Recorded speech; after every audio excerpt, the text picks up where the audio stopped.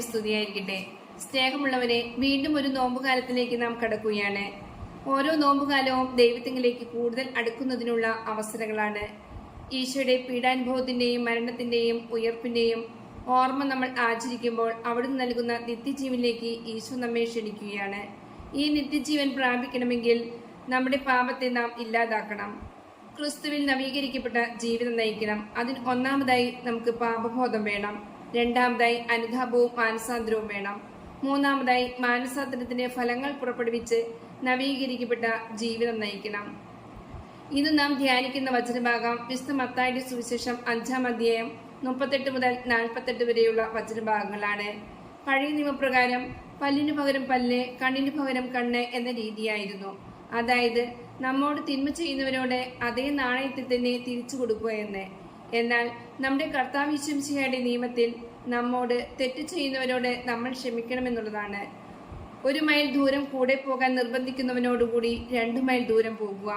ഒരുവൻ അർഹിക്കുന്നതിലും ഇരട്ടി നന്മ അവന് ചെയ്യുക എന്നതാണ് കർത്താവ് നമ്മെ പഠിപ്പിക്കുന്നത്. സഹോദരങ്ങളെ, തിന്മയെ നന്മ കൊണ്ട് നയിച്ച ഈശോനാഥന്റെ വചനം ആധുനിക മനുഷ്യന് അന്യമായിരിക്കുന്നു. ഒരു ജീവന് പകരം 1000 ജീവൻ നശിപ്പിച്ചാലും പകയും വിദ്വേഷവും മാറുന്നില്ല.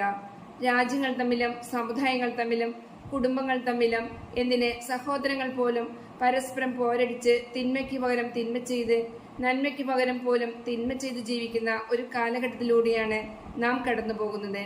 സ്നേഹമുള്ളവരെ, പകരം വീട്ടിലുകൾക്ക് പകരം ക്ഷമ അഭ്യസിക്കാനാണ് ഈശോ നമ്മെ ഉത്ബോധിപ്പിക്കുന്നത്. നമ്മെ ദ്രോഹിക്കുന്നവരെയും വിമർശിക്കുന്നവരെയും വഞ്ചിക്കുന്നവരെയും ഒക്കെ സ്നേഹിക്കുവാനും ക്ഷമിക്കുവാനും നമുക്ക് വളരെ ബുദ്ധിമുട്ടാണ്. അത് തികച്ചും സ്വാഭാവികവും മാനുഷികവുമാണ്.